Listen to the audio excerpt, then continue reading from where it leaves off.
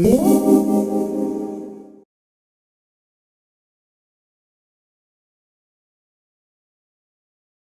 wish you to know that I am in charge. This is the one thing we must make clear. I am in sole charge here. Do you understand? Well, I'm waiting for some sort of response from anyone. Perhaps this person. Yes, ma'am, is it? Yes. Now, I am in sole charge. I did not give you permission to speak, I believe, sir. I wish all of you to know that I need help and support now more than ever. One should have help and support, but in my position, of course, as a woman alone, one can never be quite sure who is helping in a disinterested way, in the best meaning of that word, disinterested, you know, by which I mean not out for themselves, but rather for the good of all. And it is very, very difficult to find who is genuinely a friend with love for their monarch. Mr. Salim? No? Oh, I see. No one has love for their monarch. How am I supposed to continue in this situation? I might have known that you would speak, of course. I might have known you might have tried to utter something. I know that what you really think is you do not trust that any woman is fit for this role. Do not speak. Do not speak, sir. How do I know how to trust any of you? Do you want me to set you a test? Would that work? So that I can find out who is loyal and who is not by virtue of a test. Well, speak. Mr. Salim? Mr. Hamilton? Let's do it. Miss Brown, should I set you a test as well, so that you may establish your loyalty to me? You see, I think it is very unfair that I should have to set a test for everyone all the time in order to prove their loyalty. That is not fair nor right. One expects amongst the court to find people who are actually loyal and good of heart. But I have learned recently, once again, and not for the first time, that it is extremely difficult to find someone who one can trust. Even people who have served one for one's lifetime may not be the people that one can trust. I don't think I can think as deviously as that to set a test. Have you heard what happened to me recently? I suppose I should check that first. Have you heard what happened to me? Answer me. No. I'm not very good at history. You, the grinning fool. You haven't heard. Well, look, I'm sorry, I cannot talk about it now. I cannot talk about it now because I am too emotionally fraught over what has happened. Or, suffice it to say, she has gone. She has finally left. I have dismissed her. I want to see her stripped of all titles, places, and honors. So how are we going to do that? Off of their head. This is no laughing matter. Give me your plans. I cannot simply lop off heads. She has done nothing illegal yet. Look, all you need to know is that I didn't. Oh, I'm really sorry. This is rubbish. I'm not feeling very well. And it wasn't actually supposed to be me today. It was supposed to be somebody else. But as you know, sometimes she has charmed you all. I know she has charmed you all. And I know that she is better with words than I am. And no doubt she will try to recruit some of you to be on her side and bring her back into my favor. And I tell you that the breach is final. I do not wish to hear from her. I do not wish any of you to speak for her. And I do not wish to receive her letters, and certainly will not send her any letters. Yes. Mr. Wilson, I will not send her letters. Make sure she knows that. I hope, Mr. Wilson, that you can confirm that I'm at least a more capable ruler than King William, yes? I'm waiting. I mean, King William, if I may speak plainly, I hated him. I absolutely detested King William. And he always was too ready to fight. Who can love someone who so delights in fighting? Now, I understand about Scotland. I understand that we may have to take our armies up there. And if that is necessary, then it will be so, because of the threat from the Jacobites. And what about Hanover? We must send them a message, because she may well try to go there next. Should we send an army to Scotland now? What do you think? Mr. Scott, what do you think? Should we send an army to Scotland? Only to arrest Nicola Sturgeon. I have no idea who that is. She's the future. She's a future ghost. Look, what about Hanover? We must send a message so that they know to beware of her, because no doubt she shall try and woo them, knowing what is likely to be writ here. Now, look, I'm just going to have a think about what we must do about Scotland, because it is important. We absolutely must. Welcome to this session on sustained success. My name is Russell McCann, and I'm going to be working with all of you over the next hour. And you'll notice that this session has begun in a slightly different way, maybe, to what you were expecting. We are going to be making sense as we go today, and we're going to get to know each other as we go through the hour, and we're going to make sense of what's happening as we go through the hour. So you've just heard from Queen Anne. I have some questions for you, and the first question is, what are you feeling right now about what's going on? Bemused. Bemused? Bemused or amused? Bemused. Bemused, okay. Thank you, Bill, thank you. What else? In shock. In shock. Confused. I'm confused as well. Confused. It's a good job you stepped in, Russell, because I was just going to go back to what I was doing 10 minutes ago. I was writing to a Swedish government minister. Okay. Off with his head. What other feelings? What other feelings? What else are you feeling? A bit challenged. Is it in the role play? In the role play, I mean, there's a feeling in the role play, or the feeling what is going on. But there's a role play to this. WTF is an expression that I've already heard communicated today. Yep. I'm so glad Very that valid. I'm not the only one who was feeling like this. I was confused. So what's going on here? I don't know, dislocated expectations. I'm sure, yeah. I arrived a little late, so I just assumed everything was fine. You know, everyone else would know what was going on. So you came in and it looks like everyone else knew what was happening. Yeah, I just went with it. I was just like, okay, okay, I'll catch up. So what's going on? Giving people a chance. We're kind of like waiting to figure something out. I mean, you know, it's not judging too quickly. It's Okay. kind of being sympathetic maybe to what somebody's trying to do. So it's kind of, I was interested what the threshold would be as to, you know, when Kurt was going to drop off or anything like that. I have to, so she definitely woke me up. Yeah. Okay, good. So we're awake, we're bemused, we're confused, we're curious, we're wondering, we're challenged. What do you want to do about this? What would you like to do next? So I'm hearing that there is not clarity at the moment. What do you want to do about that? We could ask some questions. We could ask some questions. What kind of questions might we ask? What's going on? Yeah, what's going on? Why? What's the context? Because we had no context for anything that was being pitched to us, and there was no so what's your question? So that's a valid point. What's the question?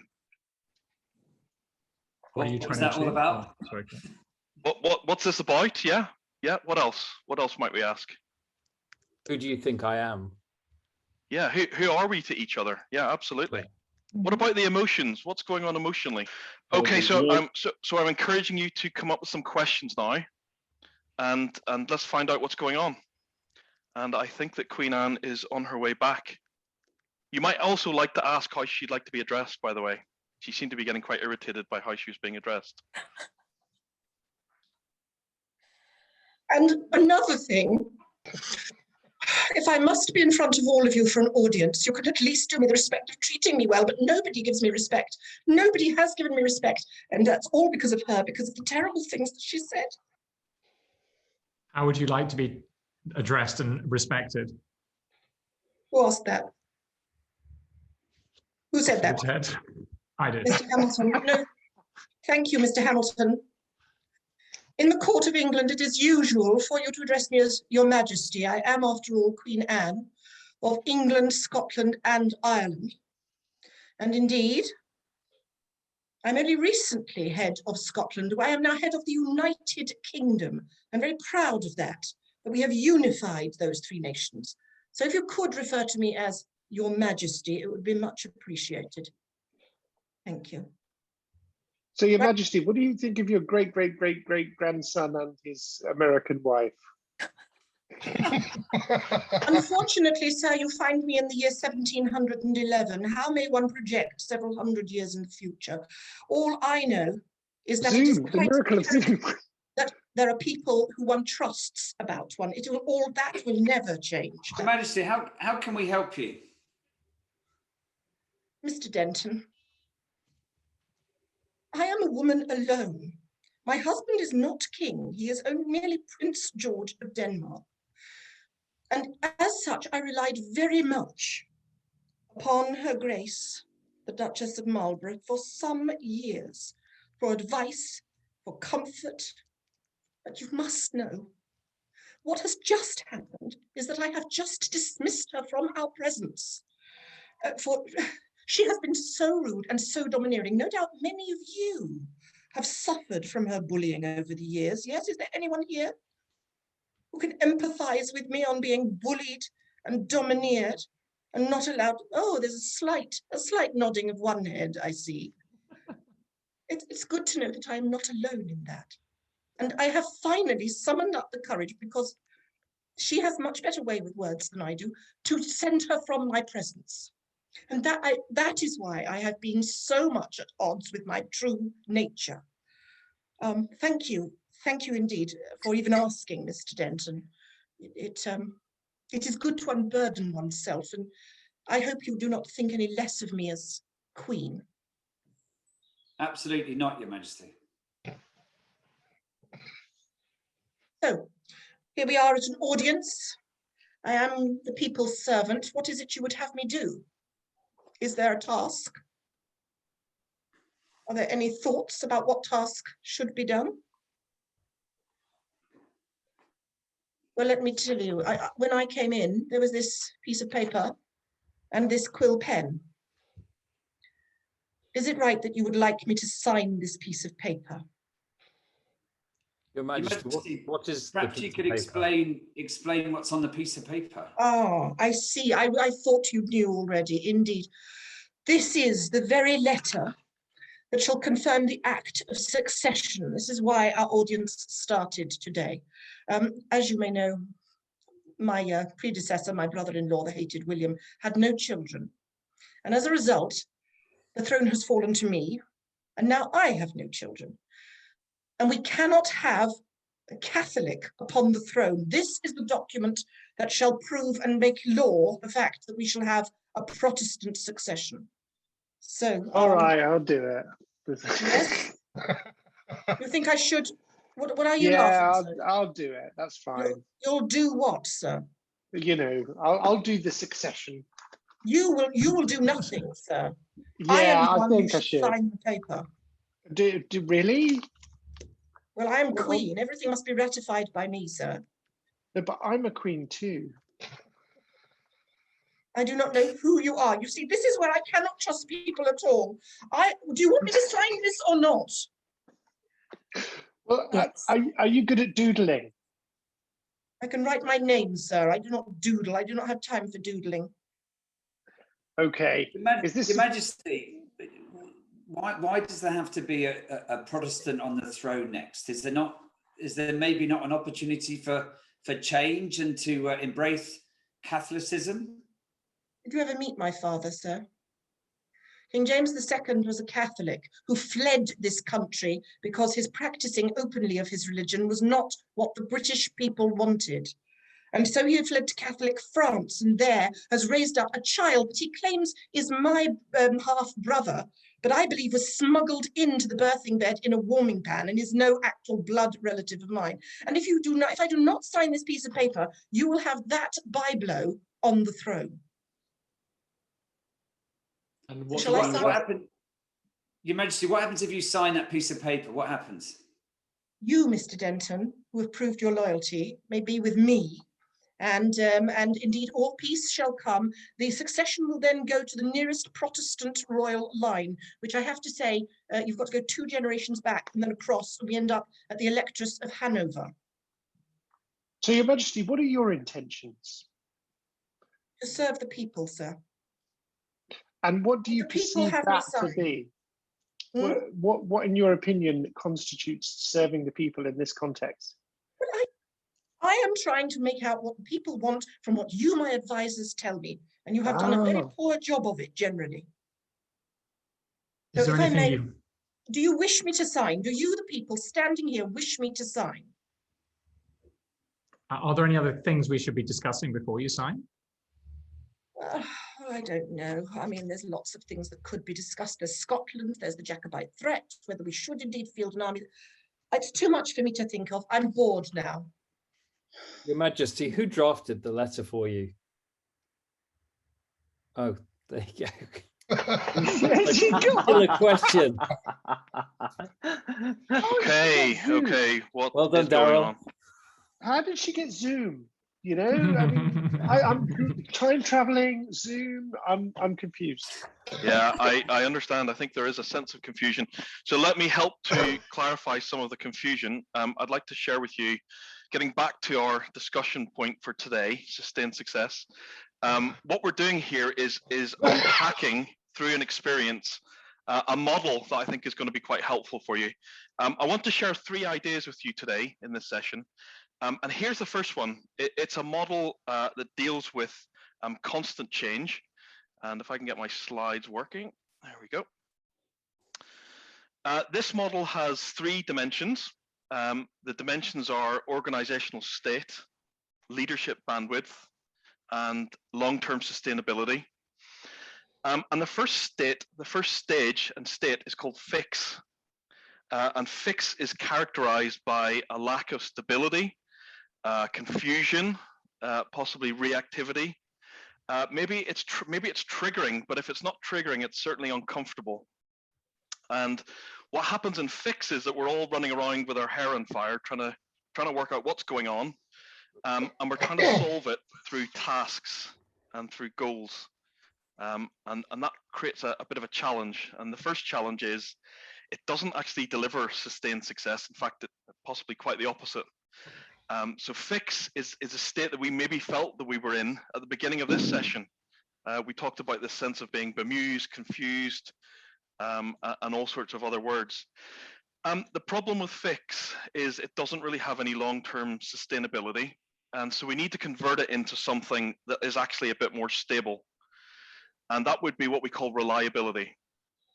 And in reliability, what we're doing is we're starting to deliver a set of goals, a set of promises or agreements, you might say. So in this session here, we've just started to talk about, so what is it going on here, Queen Anne, and what's our role in this, and what do you need from us? And we've also agreed some standards about how that's going to happen. She asked to be addressed in a certain way, Your Majesty, and there's certain other things were mentioned as well. So we've moved into this state of reliability, or we're moving into that state, perhaps. But what's bad about reliability? Where could reliability be suboptimal? What are your thoughts? You're not innovating. You're not finding more progressive ways to do things better. Absolutely, yeah. So if you're purely in a reliable state, the vulnerability or the risk is that you're going to be disrupted. Someone else is going to do what you're not doing. And so reliability on its own is not enough. Or if the world changes like it did a year ago, and suddenly the entire world is is different. Reliability and doing the same as we've always done is not useful. So who was at Steen's session yesterday, the story of PMI, and what was going on in PMI, that story? Did anyone see that? So this perfect example. So can you imagine an organization that is reliably delivering a series of products that have been very refined and honed over the last few years, or many years actually, and all of a sudden the game changes and suddenly tobacco is a bad thing. And now what? Because our whole organization is set up to deliver reliability. So now what do we do? There's been disruption. Or if you think about BMW honing an electric boot by pressing a button, while Tesla comes along and disrupts the entire automotive industry, you know, and everyone's been caught cold. So reliability, very important, but it is not enough on its own. It's conventional, and up until about 10 years ago, that was enough, and now that's not enough. The thing that's really interesting about reliability is it takes us so far, and then we get stuck. And I sense a stuckness in our conversation here. So I just want to speak to that for a second, and I'm going to share my second idea with you here now. And this is based on the work of the Centre for Creative Leadership. It has roots further back than that. Claire Graves, Spiral Dynamics, for those who've heard of that. Torbert and Rook have also talked about this, and it goes further back than that as well. It's in a lot of religions and the wisdom traditions as well. What this model says is we go through a series of stages as we mature. So the first stage, age typically under 5 years old, we construct the idea that the world exists to serve me. Sorry. So you know, I learn that people are around me to support me, to tend to my needs. I learn the power of my word no. I throw a tantrum when things don't go my way. You know, if a toy's taken out of my hand, or if I don't get what I want, I throw a tantrum. So the world exists to save me. Now, here's what I want you to think about as we're going through this. These are age stages of human maturity. They are also psychological states. Isn't it possible that we can all be triggered back to a state of, I just need it to be a certain way, I just need it to be like this. And if it doesn't happen like this, ... Okay, so next one, dependent. So the world should be as I view it. Maybe not as it is. But the irony about this stage is I actually need other people to create the rules and the structures where I can have this view. I'm still highly dependent. So age-wise, this is between 5 and 13 years old. What you'll see on the right-hand side here in yellow, the percentage of adults that typically don't get past this stage. So approximately 17% of adults are thought to stay in this stage of dependency. Next one is independent. So this one is very tribal. It's me and people like me against everybody else. So if you go to a football match, you can experience this, or if you watch the Six Nations, there's a bit of this going on. It's a competition of individuals, and it's me and people like me versus everybody else. There's an in-group and an out-group. And if you're not in the in-group, you're against me. If you're not with me, you're against me. And you may be thinking, as I'm talking about this, of some recent political situations, including the US presidency, where maybe we saw some of this stuff going on. The problem with independent is it only takes you so far. And there's a point where you realize you either get stuck or the whole game has to change in order to move forward. And if you're not in the in-group, you're against me. If you're not with me, you're against me. And you may be thinking, as I'm talking about this, of some recent political... Okay, I think we've got a bit of feedback here. So if you guys could go on mute for a second, that would be cool. It's quite disarming to hear, quite concerning actually to hear my voice back. Hi, can I just say, Rob Brown just entered the room. He might have his snap on running alongside. Okay, that might be what it is. That might work. Okay. I think everyone's on mute now, so that works. Thanks, Thank Rob. you. Thanks very much, Rob. So what happens? So either you get stuck at this stage and you don't go any further, and 50% of adults do get stuck at this stage and don't go any further, or we have this experience of some sort of a triggering that either that moves us potentially forward if we're open to that. And what happens in this stage, if we accept that, we start to realize actually this whole thing is rigged for us to be in collaboration with each other. And actually this works best if I can trust people, and to trust people I need to express some vulnerability. But that's risky, because in doing that they might not reciprocate, or I might get into a position where I'm let down or disappointed. So this is interdependent, and approximately 30% of the adult population are thought to be interdependent. And the last stage, integral, you may have heard this in some of the conversations so far. It was mentioned in Neil's opening session. It was mentioned yesterday in Victoria Hurst's session. So there's almost a collapsing of the divisions of life forms. So human, nature, animals, all life form becomes related. And time becomes collapsed. So we start working across a much bigger sphere. And in this space, everything is related. And if you think about things like complexity theory, it's kind of based with this kind of thing in mind. You know, a ripple over in Japan has an impact over in Cyprus, and an impact in New Zealand, and something else over in the UK. So everything is interrelated. Now, we can be anywhere on this stage and be triggered back to an earlier stage. And what's really interesting is you can't see the stage in front of you until you're in it. So if you're in an independent stage of maturity, interdependence doesn't make any sense. In fact, it looks bonkers. It looks weak.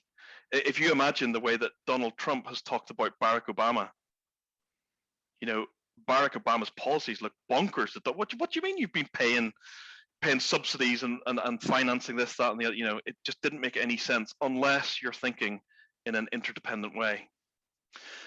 So the first thing is, does this model make sense?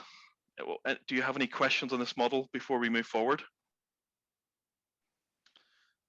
And if the model makes sense, my next question is, where is Queen Anne and where are we if we were to use this lens?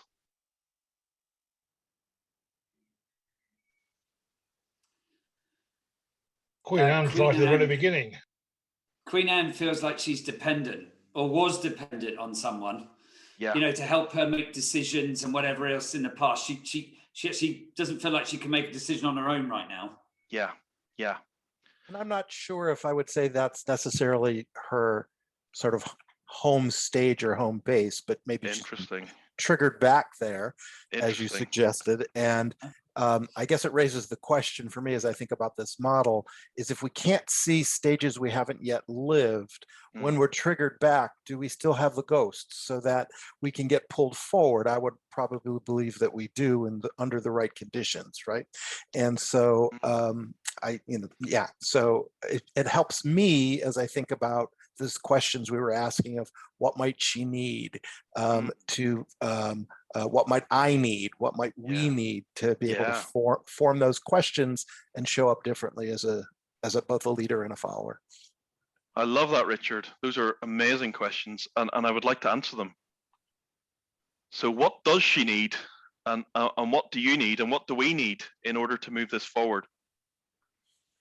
Well, if she's back into this state of dependence, then, and we look at this somehow linearly, as if integral is a desired outcome, and that needing to move back through interdependence is, I think she was drawn to some sense of empathy, wanting to feel like she's not alone and she was understood after having been somehow scorned by someone she trusted. So even in the space of empathy, I think initially is feeling understood. Absolutely. So there's an opportunity here to create something different than what's happened so far. And empathy could be one way into that, absolutely. And I'm also thinking about trust. How would we build trust here? Because my sense of this is that we're going to get a suboptimal outcome here unless we can make this more collaborative. It's very one way at the moment. She's coming on and she's talking and she's firing off this, that, and the other, and it feels like we need to create something bigger than that. If we were to build trust, how would we do that? I don't know. I mean, I did ask her. I said, look, what is it we can do to help you? And that seemed to, do something for her, and she seemed to appreciate that. Problem shared is a problem halved, she said. But there's more than that. And actually, when you were just talking about that, Russell, I mean, we see glimmers of some of the other stages in her. She talks about her pride of uniting, England, Scotland, and Ireland, for instance. But we also see glimmers of competition, sending an army up there, and there's some other bits coming in. So I mean, how can we help her some more? I'm also struck by the question of trust and sort of reciprocal trust and the need for it to flow in both directions. Because when this started, I was both compelled because I thought, oh, what a great role play, but I was also a bit like a deer in a headlight, and sort of I didn't feel safe. Like somehow I'm going to be sort of put on the spotlight. So I know I have to also look inward around my own sort of silencing of myself in order to show up as that second follower, the person who's willing to sort of give a benefit of the doubt and take a risk, make myself vulnerable if I expect her to as well. That's beautiful. Beautifully said. Because the expectation, if you take a Trump example or others I'm sure we've all worked with, which is, well, however much you show you listen or want to engage them, that they don't change. And so that there's a being burnt by that, going, is it even worth it? So you make a judgment, don't you? Is it worth Is it worth it? Yeah, that's a very fair question. So I want to build on what Mark said and what you both have just said. So Mark said there was glimmers of a higher level of stage in some of what was said. You guys have talked about building trust, showing empathy, showing vulnerability. So I wonder if we can have a little experiment now with that. What would that sound like? So she's going to come back in a minute. What would it sound like to express empathy, vulnerability? Maybe take a risk with something. What would that sound like?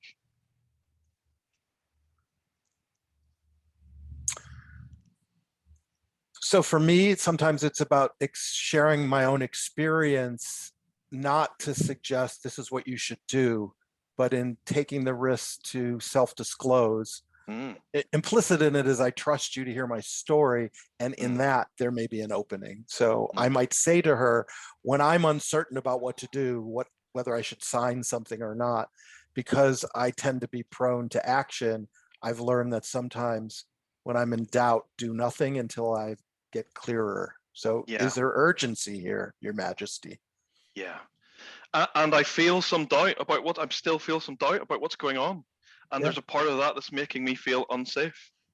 And, let's see how that changes what's happening. So we want to change the dynamic of what's happening by expressing trust, empathy, vulnerability. And let's see where we go. Let's see where it takes us. I think Queen Anne is on her way back, so I'm going to stop sharing these slides. Thank you, Mr. McCann. You make an excellent Major Domo. We are gathered once again for the audience. I am, of course, Anna Regina. I am here at the behest of my people. Is there anyone who wishes to show me due reverence before we start? It's excellent to see you, Your Majesty. You're looking very well today. Thank you, Mr. Thank you.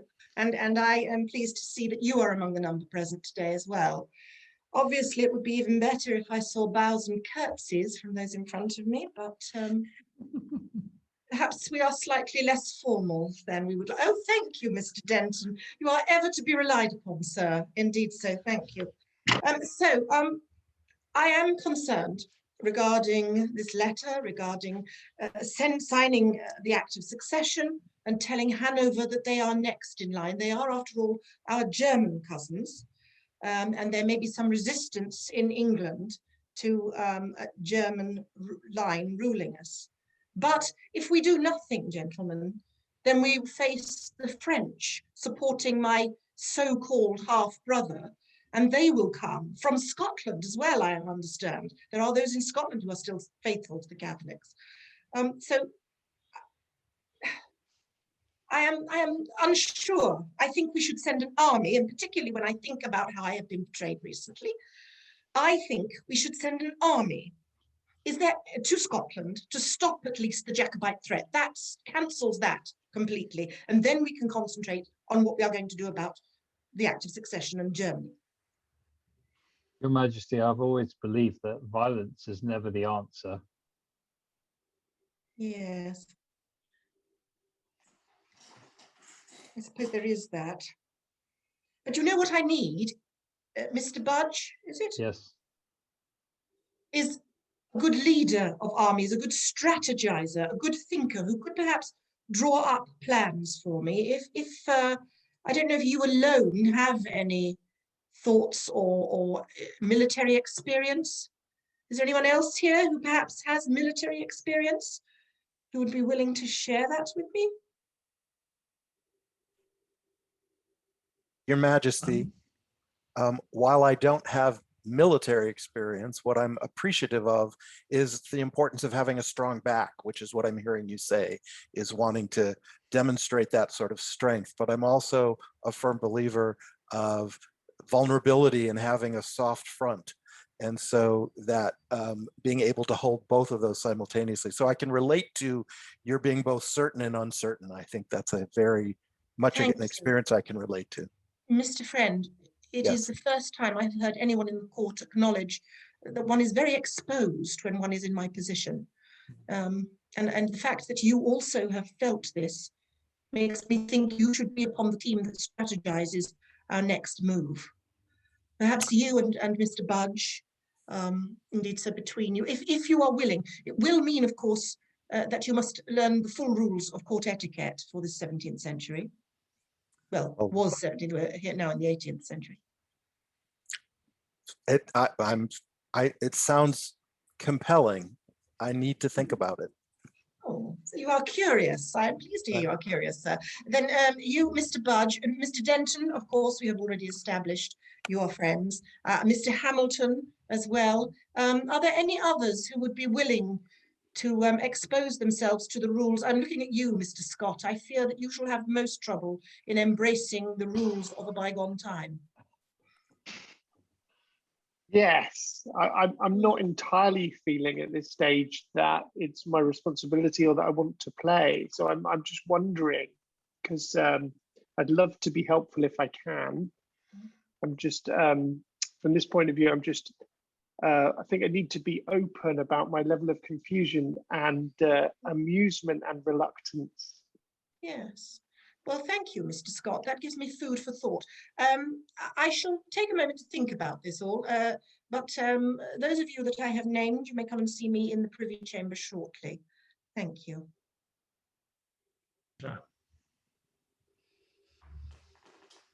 Okay, tell me how you're feeling right now. I now. don't think I'd work for her. I don't think I'd work for her. I think I've quit. Is that, I mean, surely that's allowed? You know, like I can vote with my feet. You sure can. You sure can. Is it a democracy? Tell me how you're feeling. How are you feeling right now? And has anything changed? Status within the group. A hiatus in the group. No, status. Status within the group has changed. Yeah. What's changed about status? 4 of us have been selected to be on a war committee. Well, 3 of you, right? No. I think there's still some thinking going on, isn't there? You've been selected. The fact you're not accepted is a different question. Oh, okay. Tell me the difference. Tell me the difference between how you feel now compared to how you felt at the beginning of the session. Not warming up, but not completely, for sure. I'm glad I added, for example, I'll need to think about it while I'm interested, because I'm not ready to fully commit. Yeah. Okay. So my sense is that it's calmed down a bit. We sort of have a bit more information. We've tried out a few things and we know what is being accepted. So it's become more reliable, maybe more stable. And I feel that trust has increased actually over this last 5 minutes. I personally feel calmer. I don't know if that's an indication of what everyone else is feeling, but I'm feeling like, hang on, we're getting somewhere here now. However, we have this hiatus as you describe. So what do we need to do now? What do we need to do next to solve that? I'm guessing that like assassination's off the table. Assassination is off the table, absolutely. Yeah, all right. I actually think, just as an aside thing, it's drawn out very different character types. Because I guess I'm curious. So I'm like, okay, I'll go along with this. I still feel safe, so I can learn and make a decision later. You know, Daryl's like, I'm making my decision early. I'm choosing not to be in, that kind of stuff. So it's actually, yeah, who's being, yeah, I'm out. So some people be co-opted. It kind of goes back to the charismatic leader thing. Maybe it's like who will resist stuff, who will lean in, all those kind of things. So whether it fits your narrative, but. Absolutely, John. I wonder what it would take for all of us to have a sense of increased buy-in to what's happening here. Because what I'm feeling is quite interesting. Do I want to be an observer of the process or participate in it? And just now I'm looking back and thinking I'm quite happy to observe what's going on as opposed to engaging with the role play. Because I'm not. Yeah, thanks for saying that, Hamish. That's an honest thing to say. And where would that take us? So if we are sort of half in, half out, some of us observing, some of us in, where does that take us? What's the impact of that? Well, I mean, no, go ahead. Sorry. Daryl. No. Sorry. Well, I guess I feel like that is classic sorts of dynamics around leading change. I mean, I'm tentative about what the purpose because it's not clear to me. If I were inside the role play, what is it I'm really committing to? So having a clear sense of purpose, I would show up probably more full-bodied if I really understood that. But there is a role for, and always will, people who are wait and see, sit on the fence. Sure. And I think there's value in that, but at what point does that become sort of a weight in terms of our need to mobilize and move forward? And I'm wondering if we were an organization and this was our culture, what kind of results do you think we'd be seeing? Dubious, I'd say. Not sustainable. Not sustainable. That's interesting. Well, what makes it not sustainable? Well, I mean, if this was our culture, because what I felt at first was the Queen came in blasting. And that sort of off with her head recommendation felt like it fit. And so can I trust that there's a shift that I'm sensing is sort of a potentially sustainable? And for me, the jury is out. Okay, so that's grand. I want to do something different now. I want to... Can I just say that I've been an observer and now I want to be involved? I think there should be more women on the team, and I think Queen needs some support, and I'm going to offer to be a double agent. So I'm going to join the team, and I'm going to be a double agent, and I'm going to use my feminine wiles to go and find out all I can about the other side and how we can move things forward. There you go, Fiona. So where are all the women like Fiona? Very welcomed. I want to do something differently now, and we haven't got much time left, so we're going to have to do this quite efficiently. I want to disrupt this process, and I want to introduce you to the actor who was just playing Queen Anne, who is in fact Kate. Kate, if you're there, can you come and say hello and introduce yourself as Kate? Hello, everybody. My name is Kate, and I am a historical interpreter. And what you've just experienced was me interpreting in first person, so in character, with all the emotions, the complexity, the psychology of my particular interpretation of Queen Anne, drawn from the historical sources. However, now I'm still in costume, but instead of being in first person, I'm in third person because I'm being myself.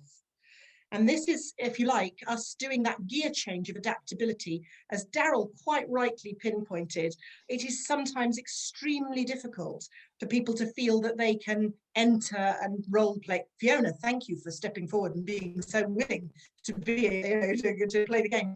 But what's interesting about those two approaches is that Fiona, you wanted to play the game and you wanted to be a female spy.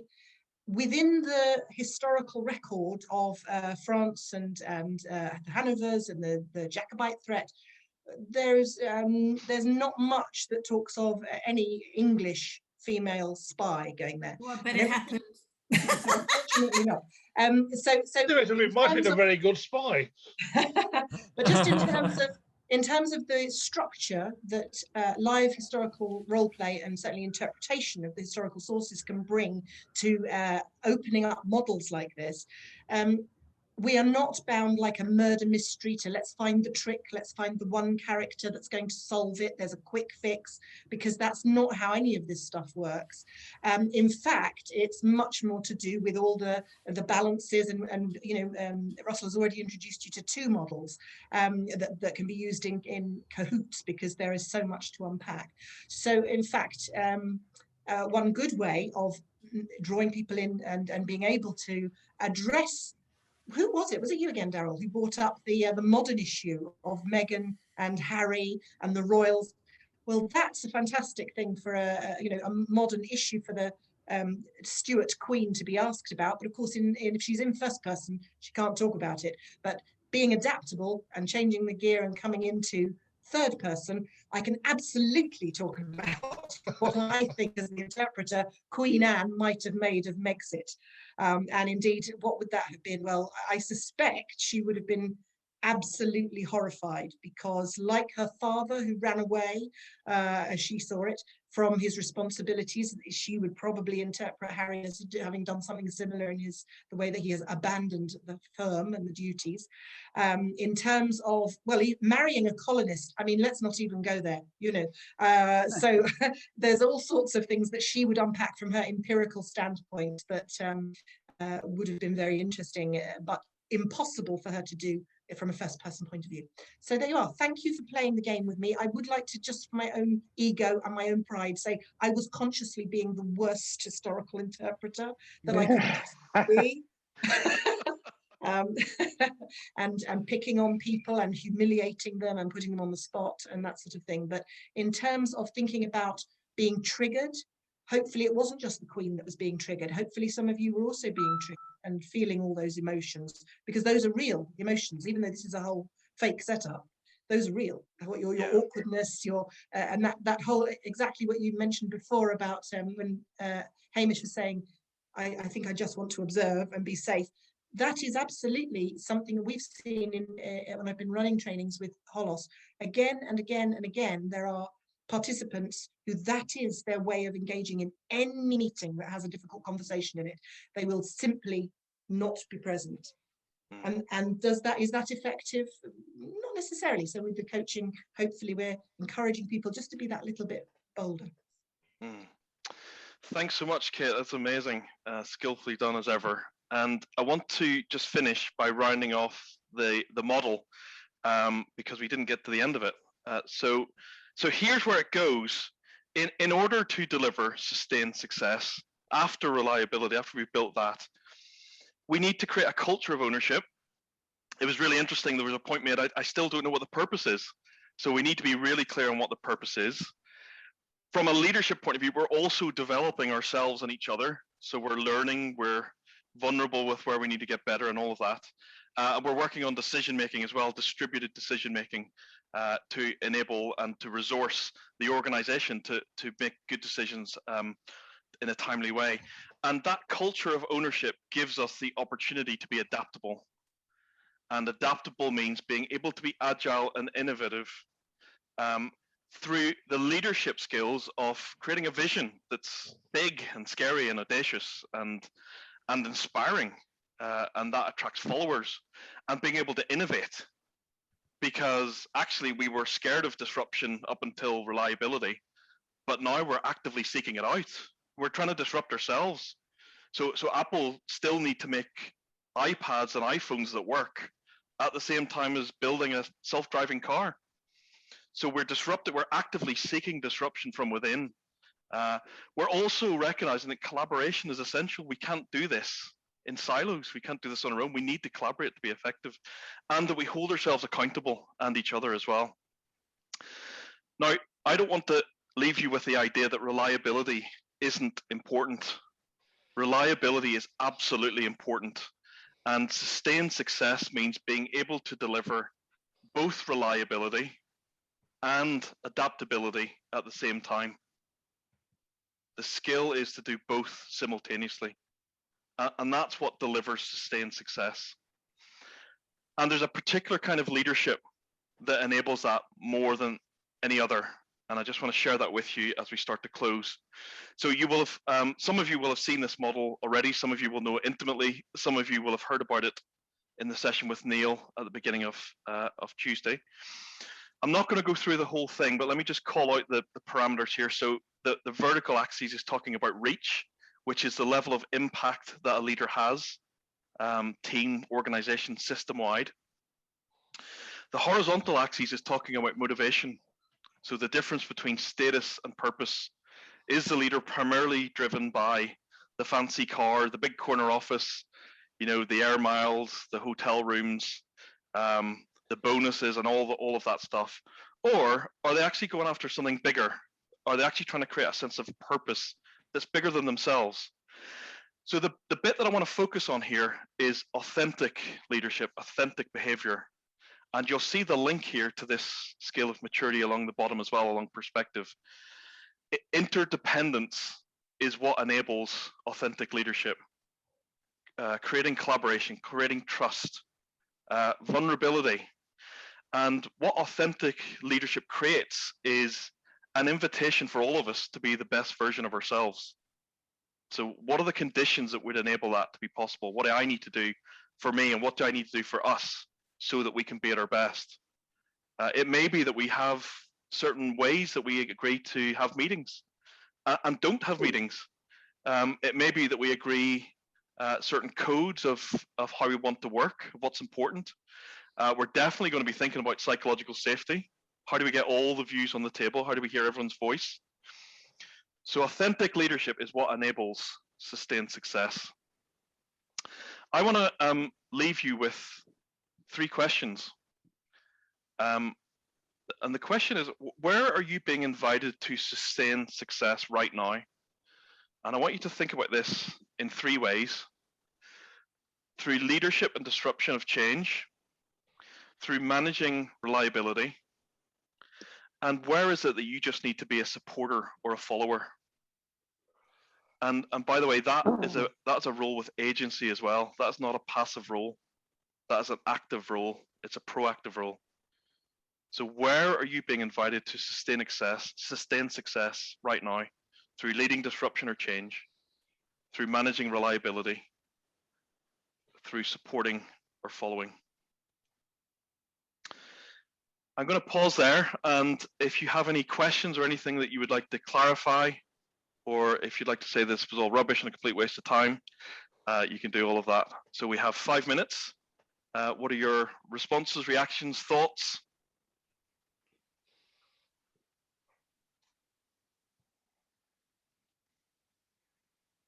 Well, I liked it. Is that? I'm not sure if that's very insightful. That's good. But yeah, it was really. I enjoyed the madness and chaos of it and the creativity of it. I thought it was absolutely super. And like any experience like this that creates, you know, an experience is an experience. So of course, there's always some personal learning in it to reflect on. You know, in my case, my absolute my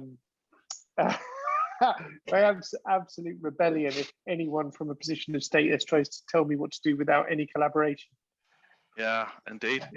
It's a really interesting point, Daryl, because I think there's 2 things that struck me. One is where do each of us go when we get triggered? I think is what you're saying. And then the other one is in some way how we showed up here. There's something about how we showed up here that's how we show up everywhere. So how did you show up here? What happened for you? I showed up late. Is that normal? Well, no, No, I'm normally quite disciplined, but I can sometimes be late. Yeah, time is a thing for me. Eh? So I showed up late. So then I didn't have a brief, so I didn't really know what we were doing. So I just loved the chaos. You know, I thought it was brilliant fun. Yeah, I didn't really get triggered until at the end, where I was being told I was part of a team that I wasn't even sure I wanted to be part of.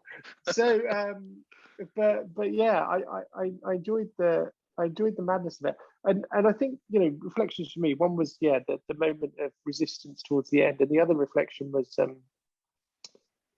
just how deeply engaging something is when you can't work out what's going on. You know, that the act of being bamboozled and confused by that her acting talent and being in character so compellingly and I don't know what the word would be, so in your face. You know, it's just that kind of almost paralysis, or that deeper level of engagement that comes from your unconscious mind, like furiously trying to work out what the hell to do. I mean, it was great. It was brilliant. I thought it was interesting, Daryl, that you're prepared to dive in, whereas I had a slightly opposite, because normally when I enter into a situation, I know what I'm going to do. There's a meeting about something and I'm prepared. In this, I was going to come along to listen, and all of a sudden I was thrown into the front seat. Yeah. You're prepared to dive in, where I was prepared to come reverse. Come on. Yeah. Yeah. I thought very different, Daryl, and well done. Thank you. Well, I mean, you know, when Queen Anne shows up on Zoom, obviously there are no rules. I was very impressed by the way Kurt and Richard adapted their language. Yeah. I was impressed by that. Very good. Very good. Yeah. I have to be honest with you. Yeah. Go on, Okay. JP. Well, just a super quick one, just sort of building on Hamish's point, but actually in a world where our lives are very controlled, I mean, it's in a box, it's in a Zoom thing, to arrive in a situation where you're like, okay, I do not know what my role is and how I'm meant to react and what is right and what have it's refreshing. So thank you for the experience. Yeah. And it was some of you dived in and others didn't. Yeah, certainly very interesting. I'm also guilty of showing up late, so I wasn't sure what's going on, what is this Queen Anne is all about. But I would say if I have the context of what this is about and what our role should be, then I would be more inclined to jump in and engage. So possibly one of the learning for me is that I, as a facilitator or a leader, I should empower people more by giving them the context of what's going on, and then you know that our expectation of our expected level of engagement, then you know maybe it's one way to encourage people to engage. Yeah, thank you. Yes, unless the whole point of the exercise was to put us in a circumstance where we have no clue as to what's going on. That was the aim at the beginning, yes. And it does reflect. I mean, if I was doing this if I was doing Queen Anne in best practice of live historical interpretation, the whole introduction would have been done so much slower. The unpacking would have been of where you are, when you are, what are the rules of the court, how do you address her, what are the tasks at hand. All of that had been unpacked, you know, in slowly enough for everybody to make sure that they were on board with it. But of course, the idea of this was, Russell said, I want you to be speaking. So in fact, the gentleman who said he turned up late and didn't know what was going on, the idea was whatever point you turned up, even if you were nobody knew what was going on. Much like the last 12 months, really. Well, quite. Maybe that's a design change, because it was brilliantly effective. Like just into the middle of not knowing. I mean, it was fantastic. It was joyfully confusing. Well, I think historical milieu helps with that, because it is, you know, past is a foreign country where they do things differently there, and particularly if you're looking at the court. It also, we've used it within Holos for not Queen Anne, but actually King William's court, in order to create parallels with corporate structures that are actually very much like a 17th century court sometimes, and I won't name companies, but they are there, and they understand those rules of precedence, and they understand that you all stand up when the top man comes in the room and all of that sort of stuff.